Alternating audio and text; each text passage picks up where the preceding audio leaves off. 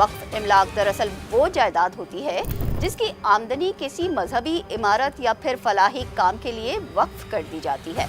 भारत में 3 लाख से ज्यादा मसाजिद और दरगाहें मौजूद हैं, जिनके निज़ाम को बआसानी चलाने के लिए मुखय्यर हजरात ने कुछ जायदादें इस मकसद के लिए वक्फ की हुई हैं। मोदी सरकार की नजरें अब इन कीमती जायदादों और तारीखी इमारत और महंगी जमीनों पर हैं। वो ये जायदादें मुसलमानों से हथिया कर इंतहा पसंद हिंदुओं के सुपुर्द करना चाहते हैं। वो दरअसल RSS के गुंडों को मालदार बनाना चाहते हैं और इस सिलसिले में मुसलमानों का नाटका बंद करने का बंदोबस्त कर रहे हैं। भारत में वक्फ इमलाक की क्या तारीख है, इसका भी जायजा लिए लेते हैं। फिरोज शाह तुगलक के सन 1351 से सन 1388 के दौर में वक्फ इमलाक को मुनज़्ज़म करने की कोशिश का आगाज हुआ था। मुसलमानों की हिंदुस्तान में आमद के साथ ही बड़ी इमलाक को वक्फ करने का सिलसिला शुरू हो गया था। फिरोज शाह तुगलक ने एक अस्पताल कायम किया और उसमें मुआलिजीन की तकर्री की।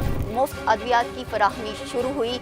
इस अस्पताल की खदमात देखते हुए मुतअद्दिद साहिब सरवत हजरात ने अपनी इमलाक अस्पताल के लिए वक्फ कर दी ताकि मुफ्त इलाज और अद्वियात का सिलसिला चलता रहे। इसी दौर में दिल्ली का फिरोज शाही मदरसा कायम हुआ, जो अपने दौर की बेहतरीन दरसगाह थी। मदरसे का निज़ाम चलाने के लिए मुख्तलिफ औकाफ कायम हुए, जिनकी आमदनी मदरसे के तुलबा के फलाह व बहबूद और रोजगार के लिए मुख्तस की गई।